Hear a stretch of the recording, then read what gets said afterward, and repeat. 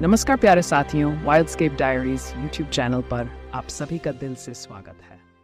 ये लग सकता है कि पेंगुइन होना प्यारा और फिल्मों में दिखाई देने वाले टैप डांसिंग के जादू जैसा है, लेकिन असलियत कुछ और ही है। पेंगुइन का जीवन चुनौतियों और कठिनाइयों से भरा हुआ है। जीवित रहने की जद्दोजहद से लेकर शिकारी तक, पेंगुइन की यात्रा संघर्षों से भरी होती है। अगर आपने कभी सी वर्ल्ड या किसी चिड़ियाघर में पेंगुइन देखा है, तो वे एक आरामदायक जीवन जीते हुए दिखते हैं, क्योंकि उन्हें तैयार मछलियां खिलाई जाती हैं। अपने भोजन के लिए संघर्ष नहीं करना पड़ता, लेकिन सुंदर में जीवन बिल्कुल अलग होता है। पेंगुइन के लिए अस्तित्व की जंग उसी पल से शुरू हो जाती है जब उनका अंडा रखा जाता है, और ये उनके वयस्क बनने तक जारी रहता है। जन्म से पहले ही चुनौतियां शुरू हो जाती हैं। पेंगुइन हर साल सिर्फ एक अंडा देते हैं, और इस अंडे के फूटने से पहले ही खतरा शुरू हो जाता है। अंटार्कटिक की ठंडे तापमान में नया अंडा तुरंत ही जम सकता है, अगर उसे माता पिता के मोटे फर के नीचे गर्मी न मिले। दिलचस्प बात यह है कि पेंगुइन की दुनिया में माता पिता की जिम्मेदारी साझा होती है। माँ और पिता दोनों बारी बारी से अंडे को सेते हैं, ये सुनिश्चित करते हुए कि वह गर्म और सुरक्षित रहे। सम्राट पेंगुइन पिता खास तौर पर प्रभावशाली होते हैं। वे पूरी तरह से अंडे को सेने का काम संभालते हैं और अंडे के फूटने तक उसे छोड़ते नहीं। ये कहना सही होगा कि पेंगुइन की दुनिया में कोई लापरवाह पिता नहीं होते। शुरुआती दिनों में बचने की जद्दोजहद, अगर माता पिता 65 से 75 दिनों की इंक्यूबेशन अवधि में अंडे को सुरक्षित रखने में सफल हो जाते हैं, तो एक चूजा बाहर निकलता है। लेकिन चुनौतियां यहाँ खत्म नहीं होती। अपने जीवन के पहले 6 महीनों में छोटे पेंगुइन पूरी तरह से अपने माता पिता पर निर्भर रहते हैं। जब एक माता पिता समुद्र में भोजन की खोज में जाता है, तब चूजा शिकारी और कठोर अंटार्कटिक जलवायु के रहमोकरम पर होता है। छोटे पेंगुइन के लिए सबसे बड़े खतरों में से एक है स्कुआ, एक पक्षी जो अपनी हवाई कुशलता के लिए जाना जाता है। ये शिकारी आसानी से नीचे झपटकर एक चूजे को पकड़ सकते हैं, लेकिन शिकारी ही एकमात्र समस्या नहीं है। कठोर ठंड भी जानलेवा हो सकती है। अंटार्कटिक का तापमान -76 डिग्री होता है, और कभी कभी सबसे मोटे बल्बर वसा की परत भी इस ठंड से बचाने में असफल हो जाती है। पेंगुइन जीवन की कठोर वास्तविकता।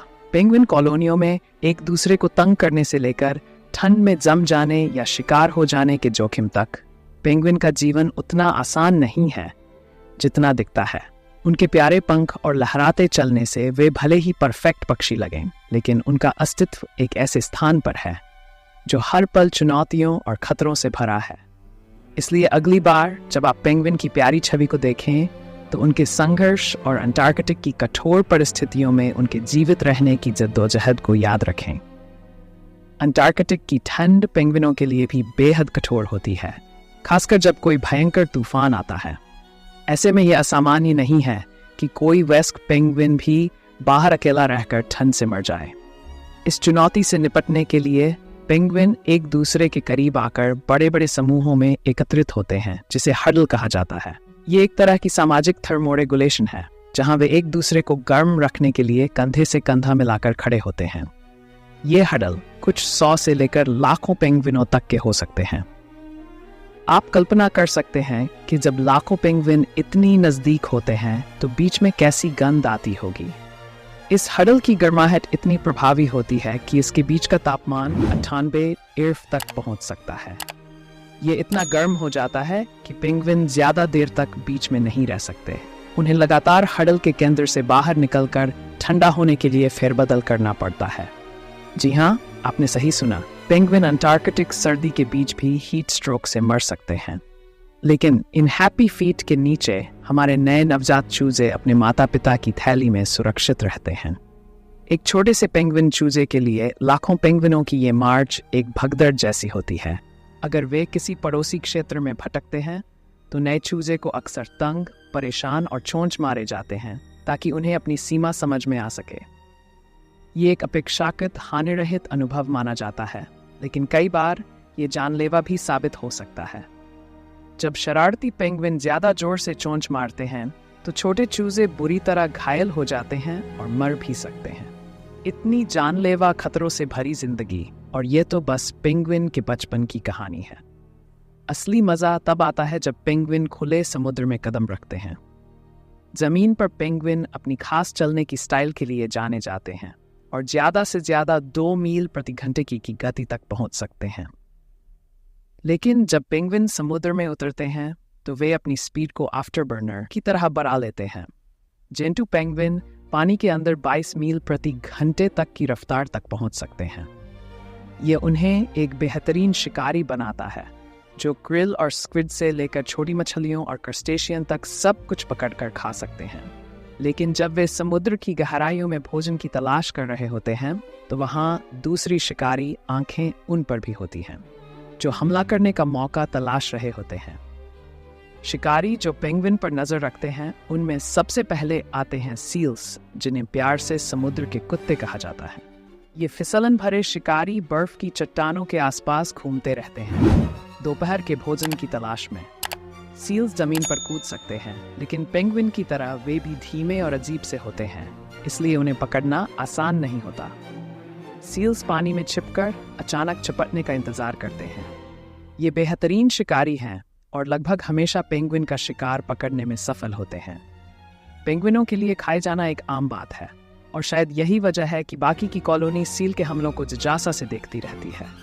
हालांकि सील के हमले हमेशा 100% सफल नहीं होते और घायल पेंगुइन कभी कभी किनारे पर वापस आते हैं, लेकिन अंततः अपनी चोटों से हार जाते हैं। समुद्री शी लायन सील्स के बड़े अधिक आक्रामक रिश्तेदार हैं और ये भी कभी कभार घर लौटते पेंगुइन पर हमला कर देते हैं। ये विशालकाय शिकारी चट्टानों और लहरों के बीच छिपकर पेंगुइन को अपनी ताकतवर जबड़ों से पकड़ लेते हैं और उसे पूरा निगल जाते हैं। किलर व्हेल्स या ओरकास भी पेंगुइन मांस खाने में रुचि रखते हैं। ये समूह में शिकार करते हैं और पेंगुइनों को उथले पानी की ओर भगाते हैं, जहां पेंगुइन इतने तेज नहीं होते, और फिर उन्हें पूरे का पूरा खा जाते हैं। और फिर हैं शार्क, जो कुछ भी खा सकती हैं। शार्क, विशेष ग्रेट व्हाइट्स, जब समुद्री भोजन से थोड़ी उब जाती हैं तो वे पेंगुइनों का शिकार भी कर लेती हैं। यह इन विशाल समुद्री राक्षसों के लिए पेंगुइन को निगलना काफी आसान होता है, शायद बिना ध्यान दिए भी।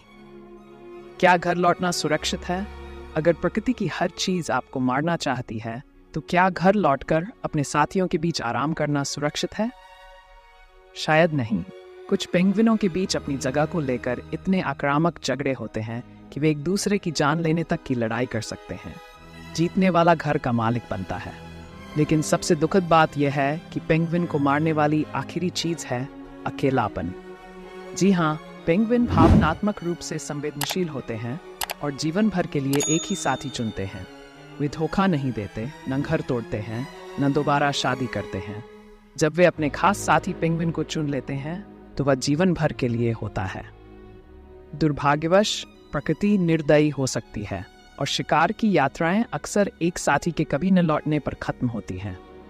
पेंगुइन अपने साथी के खोने का गहरा शोक मनाते हैं और ये दुख इतना गहरा हो सकता है कि छूटा हुआ पेंगुइन दुखी होकर खाना छोड़ देता है और भूख से मर जाता है। तो अगर इस सब के बाद भी आप पेंगुइन बनना चाहते हैं तो आप सच में मुश्किलों के शौकीन हैं और मैं आपको शुभकामनाएं देता हूं। इस वीडियो में इतना ही, मिलते हैं अगले वीडियो में। वाइल्डस्केप डायरीज के प्रति आपके प्यार और समर्थन के प्रति मेरे सभी सम्मानित सब्सक्राइबर्स, फॉलोअर्स और दर्शकों को दिल से धन्यवाद।